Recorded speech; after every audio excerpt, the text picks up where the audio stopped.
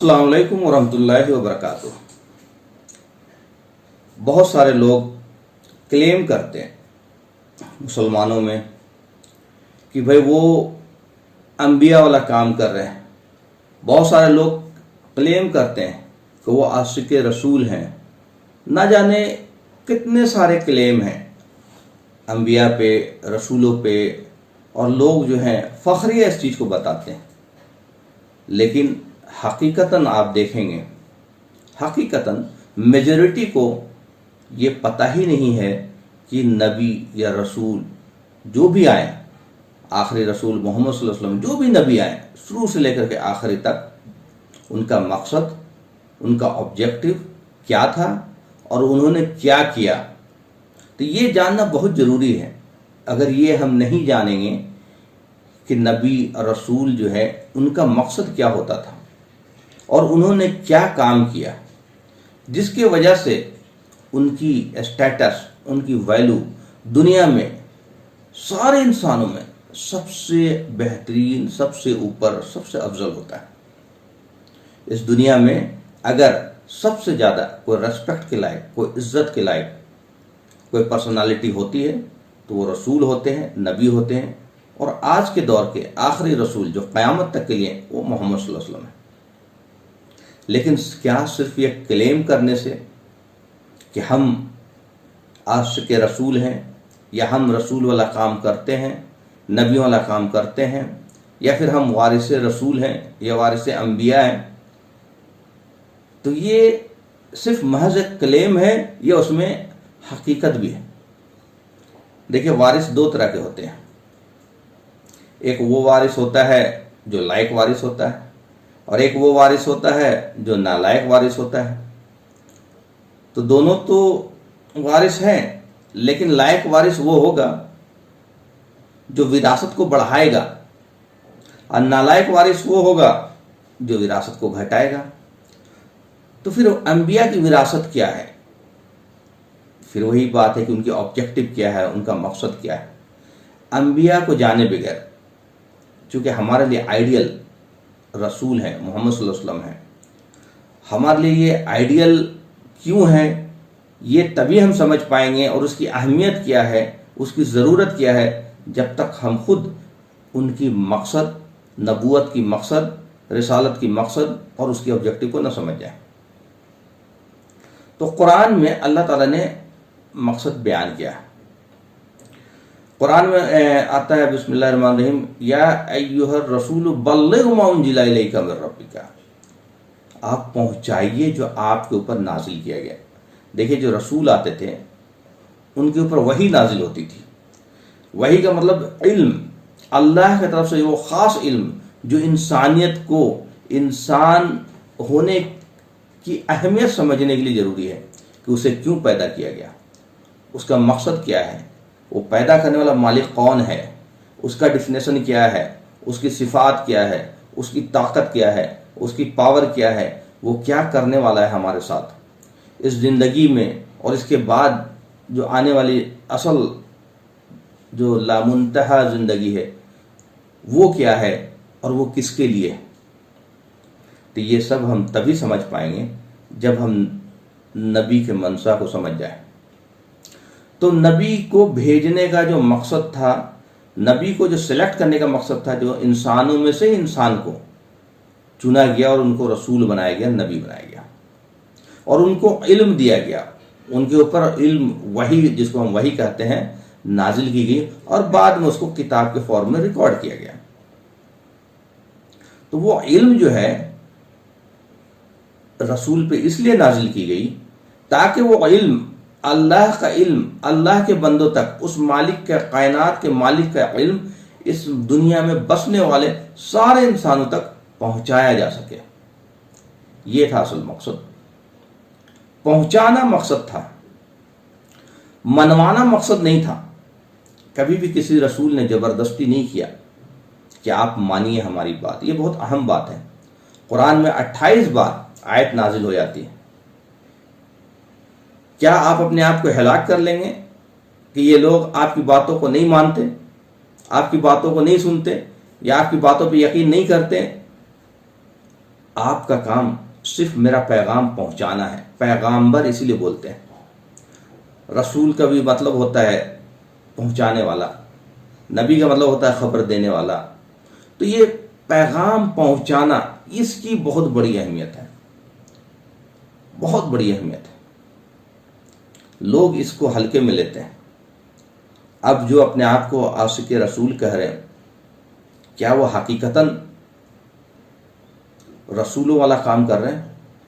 بھائی اگر آپ عاشق رسول ہیں اور ہمارے آئیڈیل ہیں رسول، تو آئیڈیل کا مطلب ہے کہ ہم ان کے فالو کریں گے، ان کے پد چنہ کو، جس کو کہتے ہیں نا فٹ اسٹیپ کو فالو کرنا. تو ان کی جو سب سے بڑی سنت ہے، سب سے بڑا جو سنت ہے، اور بھی بہت ساری سنت ہے، لیکن جو سب سے بڑا سنت ہے وہ ہے انسانیت کو اپنے رب کا تعارف کرانا، انسانیت کو اپنے رب سے تعلق پیدا کرنا، انسانیت کو رب کی وہ باتیں بتانا کہ رب کو کیا پسند ہے اور کیا ناپسند ہے، کس چیز سے وہ منع کرتا ہے، اور اللہ کو کیا پسند ہے کیا ناپسند ہے. جس چیز سے اللہ منع کرتا ہے اس چیز سے رک جانا ہے. وہ کہتا ہے چوری مت کرو، دھوکہ مت دو، کم مت تولو، کم مت ناپو، زنا مت کرو، غلط کام مت کرو، شراب مت پیو، جوا مت کھیلو، ہے نا، کسی کو تکلیف مت دو، ماں باپ کے ساتھ اچھے سلوک کرو، بھائی بہنوں کے ساتھ اچھے سلوک کرو، پڑھو. یہ ساری باتیں وہ ہمیں کہہ رہا ہے. تو جو بری باتوں سے روک رہا ہے اس پہ رک جانا ہے. اور ایک مالک کے علاوہ کسی اور کو مالک نہ کہو. بھائی جو مالک اسی کو تو مالک کہیں گے. ایک مالک کے ہونے کا انکار مت کرو. بہت سارے لوگ ہیں جو انکار کرتے ہیں. دو طرح کے لوگ ہیں جس کو مالک سب سے زیادہ ناپسند کرتا ہے. پہلا وہ جو مالک کا انکار کرتا ہے، اور دوسرا وہ جو مالک کا تصور بگاڑ دیتا ہے، کسی کو بھی مالک بنا بیٹھا. تو انبیاء کو بھیجنے کا یہی مقصد تھا کہ لوگوں کو بتایا جا سکے کہ تمہارا مالک کون ہے، اور تمہاری زندگی کا مقصد کیا ہے، مرنے کے بعد کیا ہوگا، تمہیں اس دنیا میں کیا کیا کرنا ہے اور کیا کیا نہیں کرنا ہے. تو وہ سب کا ذریعہ جو ہے وہ پیغام ہے. چونکہ اس پیغام میں ہی یہ ساری باتیں ہیں. تو غیر مسلم تو چھوڑ دیجئے، وہاں تو پیغام لوگوں کے لیے پہنچانا تو ایک الگ ایشو ہے. بھائی مسلمانوں کو ہم پیغام نہیں پہنچا رہے، تو مسلمانوں کو جب ہم پیغام نہیں پہنچا رہے ہیں تو ان کو پتہ کیا چلے گا کہ ان کا رب کیا چاہتا ہے؟ حقیقی مطلب کہاں سے پتہ چلے گا؟ وہ تو بس اندازے میں چیزیں کرتے جائیں گے. اور پیغام پہنچانے کے لیے یہ ضروری ہے کہ ہم خود پیغام کو سمجھیں. پیغام کو سمجھنے کا مطلب قرآن کو پڑھیں میننگ کے ساتھ، عربی سیکھیں، عربی کے سمجھ کے ساتھ. جو عرب داں ہیں ان کے لیے تو کوئی دقت ہی نہیں، جو نان عرب ہیں ان کے لیے ضروری ہے کہ عربی سیکھیں، چونکہ لینگویج آف قرآن جو ہے عربک ہے. تو جب تک ہم عربک نہیں سیکھیں گے تب تک ہم اس کی جو ڈیپتھ ہے وہاں تک جانا مشکل ہے. تو عربی سیکھیں. تو جب تک ہم سیکھیں گے نہیں، قرآن سمجھیں گے نہیں، تو دوسرے کو سمجھائیں گے. تو ہم خود مسلمانوں کو پیغام نہیں پہنچا رہے، اور پھر ہم کہتے ہیں کہ ہم نبیوں والا کام کر رہے ہیں. تو نبیوں والا کام تو اس میں پرائرٹی ہے. نبیوں والا کام میں پرائرٹی ہے کہ اللہ کا پیغام اللہ کے بندوں تک بلا تفریق، without any discrimination. Each and every person کا رائٹ ہے، ہر انسان کا رائٹ ہے کہ وہ اپنے مالک کے پیغام کو جانے. چونکہ مالک نے ساری انسانیت کے لیے پیغام بھیجا ہے، تو یہ تو امانت میں خیانت ہوگا. اگر ہم اس کو چھپاتے ہیں، اگر ہم نہیں بتاتے ہیں، تو یہ تو سب سے بڑا گناہ ہوگا، یہ تو ظلم عظیم ہوگا، اور یہ مسلمان کر رہا ہے.